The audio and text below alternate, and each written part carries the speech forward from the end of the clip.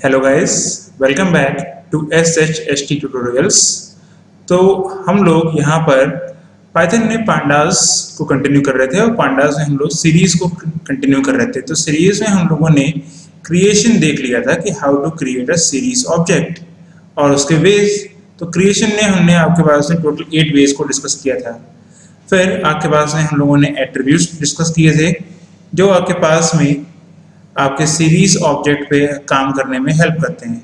अब उसी में ऐसे आपके पास इनके छूट गए थे जिनको नहीं पता है कि एट्रीब्यूट्स कैसे काम करते हैं, वो इससे पहले वाला वीडियो जाके देख सकते हैं। तो यहाँ तक हम लोग डिस्कस कर चुके थे। अब इसी के आगे हम लोग कंटिन्यू करते हैं। तो आज के डिस्कशन में जो हम लोग देखेंगे वो है पहले कि अगर हम लोगों को इंडिविजुअल एलिमेंट्स एक्सेस करने होते हैं तो कैसे एक्सेस करते हैं, एंड अगर हम लोगों को स्लाइस एक्सट्रैक्ट करनी होती है, जैसे हम लोगों ने लिस्ट में देखा था या फिर आपके पास में स्ट्रिंग के टाइम पे देखा था, तो यहाँ पर हम लोग वो स्लाइसेस एक्सट्रैक्ट करना सीखेंगे। सिंटैक्स वैसा ही रहता है जैसे कि हम लोग लिस्ट से या फिर आपके पास से स्ट्रिंग से किसी भी स्लाइस को एक्सट्रैक्ट कर रहे होते हैं। तो आइए कंटिन्यू करते हैं। अगर हम लोग इंडिविजुअल एलिमेंट्स की बात करें तो हम लोग वहाँ पे इंडेक्स का यूज करते हैं ऑब्जेक्ट नेम के, सीरीज ऑब्जेक्ट नेम के साथ में। यानी आपको इंडेक्स यूज करना पड़ता है सीरीज ऑब्जेक्ट नेम के साथ में। जो भी आपका सीरीज ऑब्जेक्ट नेम है उसके साथ में आप इंडेक्स का यूज करोगे। तो ये आपके पास सिंटैक्स है जो नॉर्मली हम लोग यहाँ पे दिखाते हैं कि सीरीज ऑब्जेक्ट रहता है पहले और उसके बाद में स्क्वायर ब्रैकेट के अंदर। ये ध्यान रखिएगा, आप बिना स्क्वायर ब्रैकेट काम ना करें। ये सब कुछ आपके पास यहाँ पर स्क्वायर ब्रैकेट के अंदर रहेगा। तो यानी आपका पहले सीरीज ऑब्जेक्ट रहेंगे और सीरीज ऑब्जेक्ट के बाद में स्क्वायर ब्रैकेट के अंदर आपका कोई भी वैलिड इंडेक्स हो सकता है।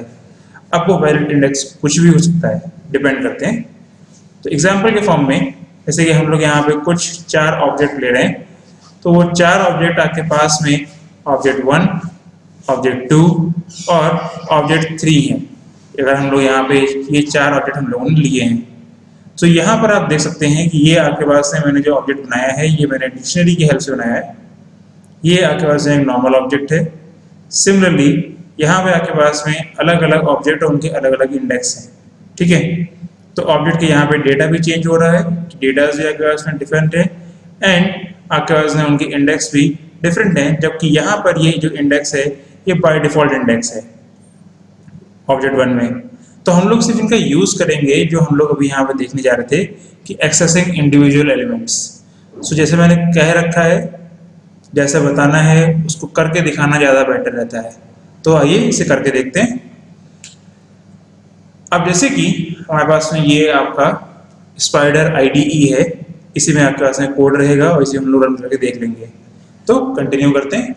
तो कोड मेरे पास में ऑलरेडी बना हुआ है, मैं दोबारा से टाइप करने की मेहनत नहीं लेना चाहता।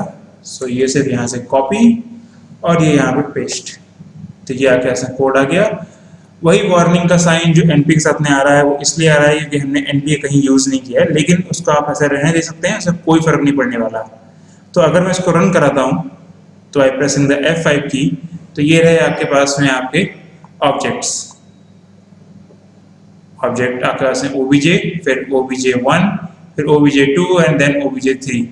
अब करना कुछ नहीं है, मैं इसे आपको सिर्फ आपको यहाँ पर पर्टिकुलर इंडेक्स को निकालना सिखाऊंगा, डेट्स इट। तो हम लोग इसी के आगे कंटिन्यू करते हैं। तो अगर हम लोग यहाँ पर लिखते हैं सिर्फ प्रिंट एंड अगर हम लोग ट्राई करने जा रहे हैं सिर्फ OBJ के लिए, तो लिखेंगे OBJ स्क्वायर ब्रैकेट्स और उसके अंदर उसका इंडेक्स। तो अगर आपको याद हो कि डिक्शनरी में इंडेक्स जो होते हैं वो उनकी कीज होते हैं, तो मैं यहाँ पर लिख रहा हूँ जैन। और अगर मैं इसको रन कराता हूँ तो पहले मैं इनको बंद कर देता हूँ फिलहाल के लिए। मेरे लिए ये कमेंट फॉर्म में कर देता हूँ जिससे ये बार बार वर्क नहीं करेंगे। तो ये कमेंट फॉर्म में हो गए, केवल इतना कोड अब काम करेगा। जिनको कमेंट नहीं पता है वो क्लास 11 में जाकर रिवाइज कर लें। क्लास 11 में आपको मल्टीपल लाइन कमेंट और सिंगल लाइन कमेंट सिखाया गया था। सो यहाँ पर ये आते हैं, तो ये आके OBJ जैन पे आ गया। अब अगर हम लोग इसको कंटिन्यू करते हैं तो लाइक अगर मैं इसको F5 प्रेस करता हूँ तो ये सिर्फ जैन की वैल्यू दिखाएगा, यानी 31, सिर्फ और सिर्फ जनवरी की। देन अगर हम लोग यहाँ पर OBJ जैन ये हो गया, अगर मैं इसको जैन की जगह पे फैब में कन्वर्ट करता हूँ तो ये सिर्फ फैब की वैल्यू दिखाएगा, लाइक दिस। ये सिर्फ फैब की वैल्यू दिखा रहा है यहाँ पर, ये आपके पास में वैल्यू जो है ये फैब की है।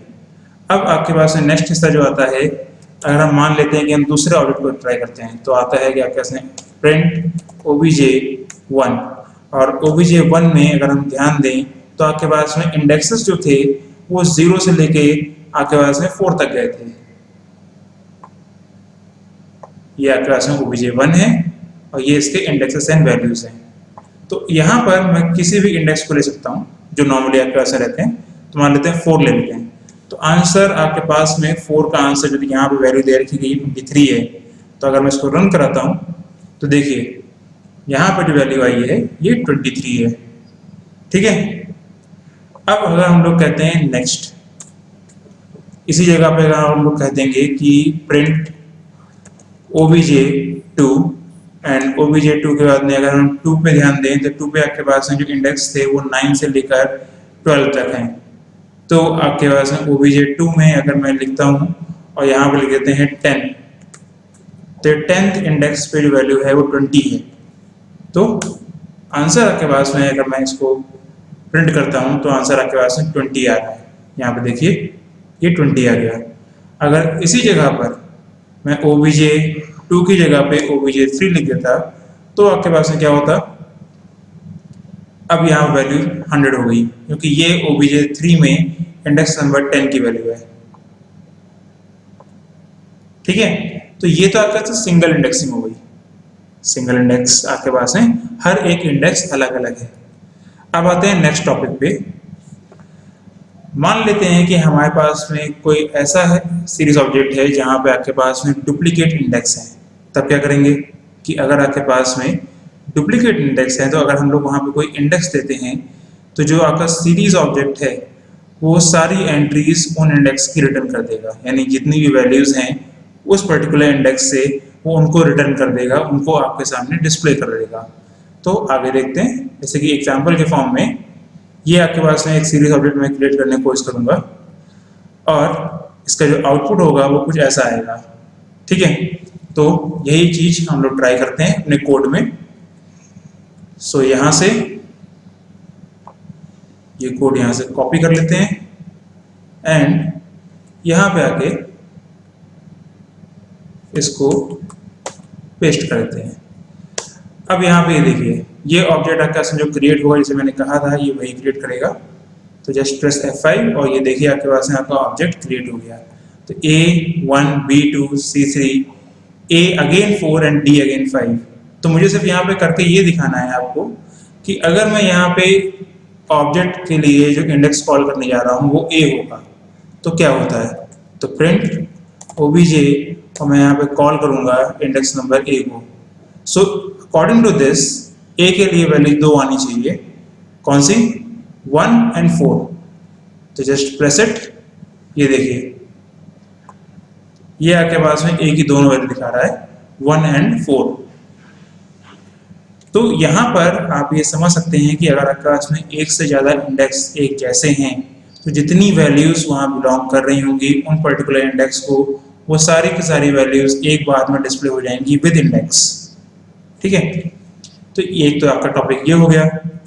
Then the next topic is extracting slices from the series object. तो सीरीज ऑब्जेक्ट में जो भी काम हो रहा होता है वो आपके पास में फिलहाल के लिए, अगर हम लोग पर्टिकुलर सिंगल वैल्यू निकाल रहे होते हैं तो हम लोग इंडेक्स पे काम करते हैं, लेकिन अगर हमें स्लाइस निकालनी है, ठीक है, तो उसके लिए हम लोगों को सारा काम करना होता है पोजीशन हिसाब से। सो बाय डिफॉल्ट पोजीशन जो आपके पास में होती है वो होती है 0 से, 0 1 2 3 4 स्टार्टिंग होती है 0 से और आपके पास में पहुंचती है वैल्यू 1 2 3 4 पे। तो मतलब यहाँ पर अगर हम लोग इनको कंसिडर कराएं, जैसे ये आपके पास में मैंने पुराने वाले ही लिए हैं जो हम लोगों ने लिए थे, तो यहाँ पे ये जो जैन है ये 0 पे है, फैब 1 पे और ये 2 पे। देन अगेन ये तो ऑलरेडी आपके पास में 0 1 2 3 एंड 4 पे है। यहाँ पर ये वैल्यूज 0 1 2 एंड 3 पे पहुंच जाएंगी।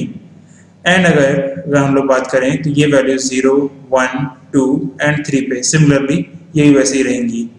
तो अगर हम लोग इनको अब स्लाइस आउट करना चाहेंगे तो स्लाइस आउट होने पे रिजल्ट क्या आता है, कैसे आता है, वो आपको मुझे यहाँ पे मैं आपको दिखाऊंगा कि ये कैसे काम करेगा।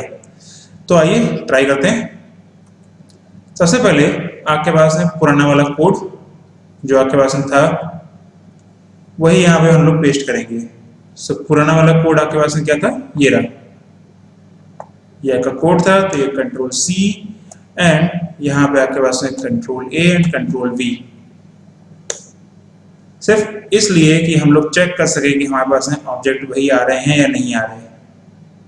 आप देख सकते हैं कि जैन, फेब एंड मार्च वहीं पर है, ठीक है, कोई चेंजेस नहीं हुए हैं। अब यहाँ पर मैं इन लाइनों को इरेज करने जा रहा हूँ जो प्रिंटिंग की लाइन्स थी, जिससे ये बार बार मुझे डिस्ट्रैक्ट नहीं करेंगी, या फिर मैं इनको वापस से मल्टीपल लाइन कोड में कन्वर्ट कर देता हूँ। अब यहीं पे मेरे पास एक कोड है जो आपके पास में पहले से रेडी है, स्लाइस आउट होके, यानी मैंने स्लाइसेस पहले से ही रेडी करके रखी हैं। सो ये रहा आपके पास स्लाइसेस। ये पहला वाला कोड जो आपके पास दिख रहा है प्रिंटिंग का, ये ऑब्जेक्ट के लिए, ओबीजे के लिए, यानी जहां पे आपके पास में जैन, फेब एंड मार्च है वहां के लिए। तो ये 1 के बाद से काम करेगा, from index number 1 till and. जैसे कि आपको पता है कि अभी तक जब हम लोग काम करते थे तो आपके पास में एक पर्टिकुलर सिंटेक्स था लिस्ट में। वो क्या था कि आप पहले लिस्ट नेम देते थे कि आपका लिस्ट नेम हो गया, square brackets, start, colon, then stop, and sometime we use the value as step. तो ये हम लोग पास में था। अब वही चीज यहाँ पे आपके पास सब्स्टिट्यूट हो जाएगी सीरीज नेम से, यानी आपके पास यहाँ पे सीरीज का नेम आएगा, फिर आपके पास में यहाँ पे स्टार्ट वैल्यू होगी,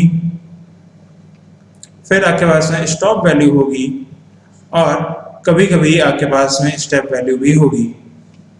तो ये डिपेंड करते हैं, ठीक है। सो यहाँ पर ये वाला जो आपके पास पहला हिस्सा है, ये आपके पास में है ऑब्जेक्ट 1 के लिए, या कह सकते हो कि सिर्फ ओबीजे के लिए। तो फॉर ओबीजे, देन ये वाला हिस्सा ये आपके पास में है फॉर ओबीजे 1 के लिए, यानी स्लाइसिंग ये ओबीजे 1 की करेगा, इंडेक्स नंबर 1 से लेकर इंडेक्स नंबर 4 से पहले तक रोक देगा। यानी आपके पास जब भी स्टॉप होता है तो एंड आपके पास में जो रहेगा वो एक इंडेक्स पहले होता है। तो अगर मैंने यहाँ पर ओबीजे, यहाँ पर मैंने stop value as a index 4 ली है, तो ये उससे ठीक एक पहले रोकेगा, यानी इंडेक्स नंबर 3 पे।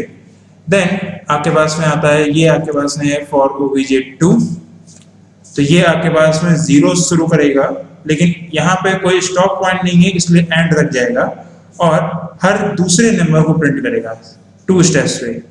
Then the next thing is, यहाँ जो वैल्यू आपके पास में है, ये वैल्यू आपके पास में आएगी फॉर ओबीजे 3। ये आपके पास में ओबीजे 3 पे आ गया, तो ये ओबीजे 3 आपके पास में कोई भी स्टार्ट नहीं है, कोई भी स्टॉप नहीं है, सिर्फ -1 पे जा रहा है। तो ये ओबीजे 3 को रिवर्स ऑर्डर में प्रिंट कर देगा।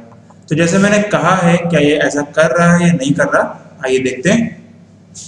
So just press the F5 and here it is. आपके पास में ओबीजे जो पहला ओबीजे था उसमें जैन एज अ 0 इंडेक्स पे था, जैसे मैंने आपको बताया था कि यहाँ पर जैन एज अ 0 इंडेक्स पे है। सो आपके पास में जब जनवरी एज अ 0 इंडेक्स पे है, तो आपके पास में फर्स्ट इंडेक्स ये आएगा एंड नेक्स्ट इंडेक्स ये आएगा, क्योंकि नेक्स्ट इंडेक्स के लिए स्टॉपिंग मैंने नहीं दी थी, इसलिए वो मार्च पे जाकर स्टॉप हो जाएगा। Then the next thing, OBJ 1 from index number 1 to index number 4। So आप यहाँ पे देख सकते हैं ये इंडेक्स नंबर 1 है और ये इंडेक्स नंबर 4 है, लेकिन ये इसको इंक्लूड नहीं करेगा, केवल यहीं तक रुक जाएगा। यानी वैल्यूज है 14, 17 एंड 20, जो कि यहाँ पे आपके पास में दिख रही हैं। देन आपके पास में नेक्स्ट वैल्यू थी from starting and then step of 2। तो 0 शुरू करेगा और दूसरे स्टेप पे काम करेगा, हर दूसरे स्टेप पे।